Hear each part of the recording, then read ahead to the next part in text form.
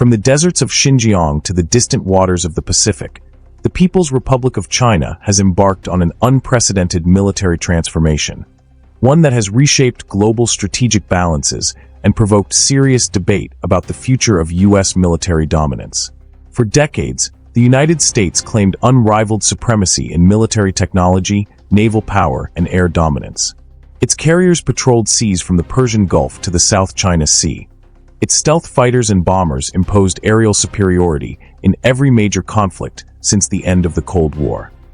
But today, China stands as the most powerful challenger to that dominance, not merely as a regional actor, but as a global military power in its own right. At the core of Beijing's military strategy is an ambitious goal: transform the People's Liberation Army, or PLA, into a world-class military by the year 2035. This isn't empty rhetoric. It comes straight from China's own defense planning cycle and has been reiterated at multiple leadership meetings. This long-term plan guides everything from personnel reforms to weapons acquisition, technological modernization, and force projection capabilities. Today, China's defense budget is the second largest in the world, significantly behind only that of the United States.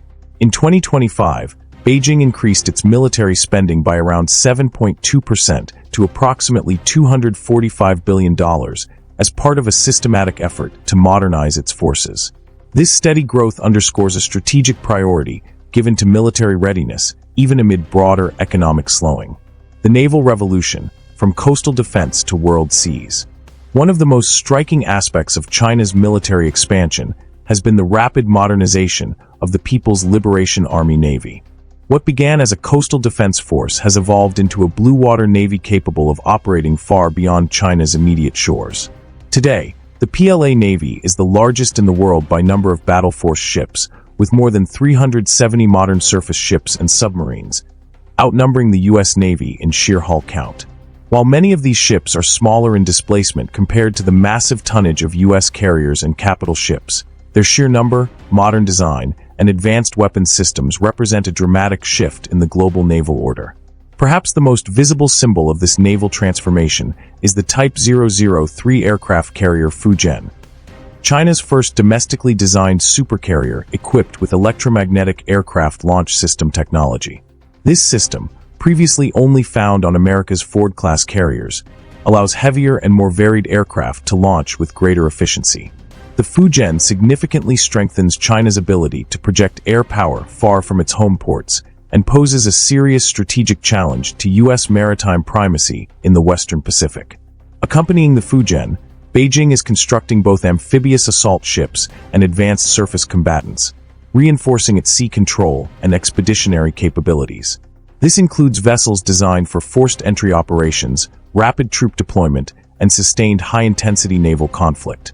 Strategists in Washington and allied capitals now openly acknowledge that China's naval modernization is aimed not just at protecting trade routes, but at deterring U.S. intervention, especially around Taiwan and contested maritime regions like the South China Sea.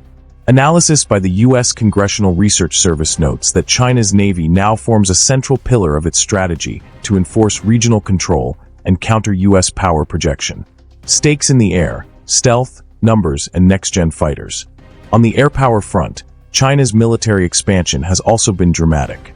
Over the last decade, the People's Liberation Army Air Force and the People's Liberation Army Naval Air Force have fielded thousands of modern combat aircraft, from multi-role fighters to long-range surveillance platforms.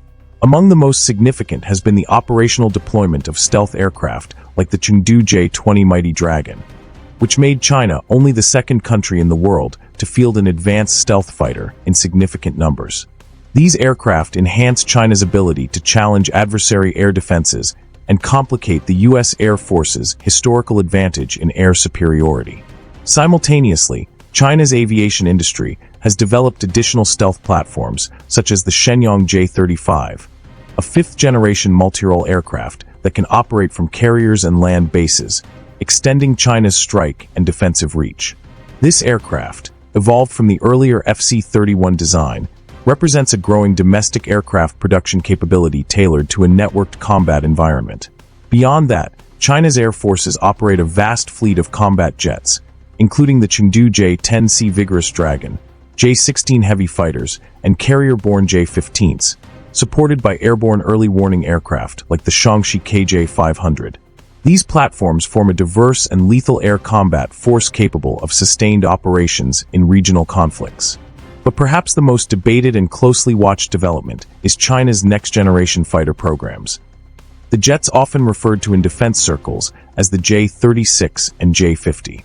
According to a U.S. defense assessment, China has publicly tested prototypes of both aircraft, signaling active progress toward what are widely characterized as sixth-generation fighters. Advanced platforms with deep stealth shaping, sensor fusion, networked warfighting capabilities, and potential unmanned teaming roles. Unlike previous programs, China is pursuing parallel development paths. One aircraft optimized for land-based air dominance, J-36, and another envisioned for naval aviation roles, J-50. This dual-track strategy mirrors and, in some respects, accelerates elements of U.S. sixth-generation efforts, though differing in approach and industrial structure.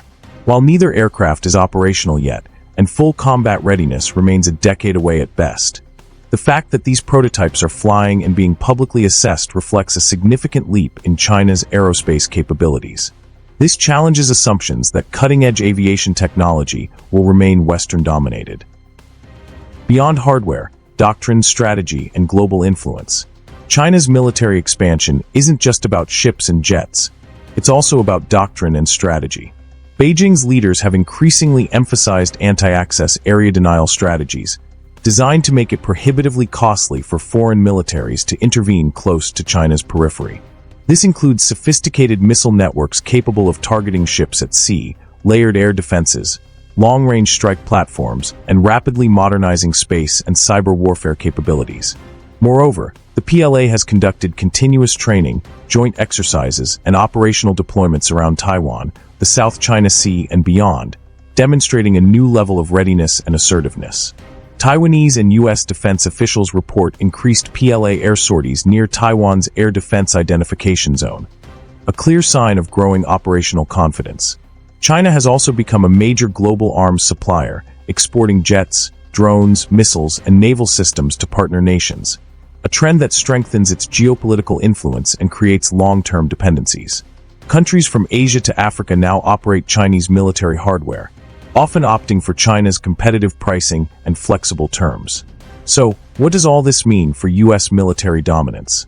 For decades, the United States enjoyed uncontested supremacy in major domains of warfare: sea control, air superiority, and technological innovation. Today, that edge is eroding, not overnight, but steadily.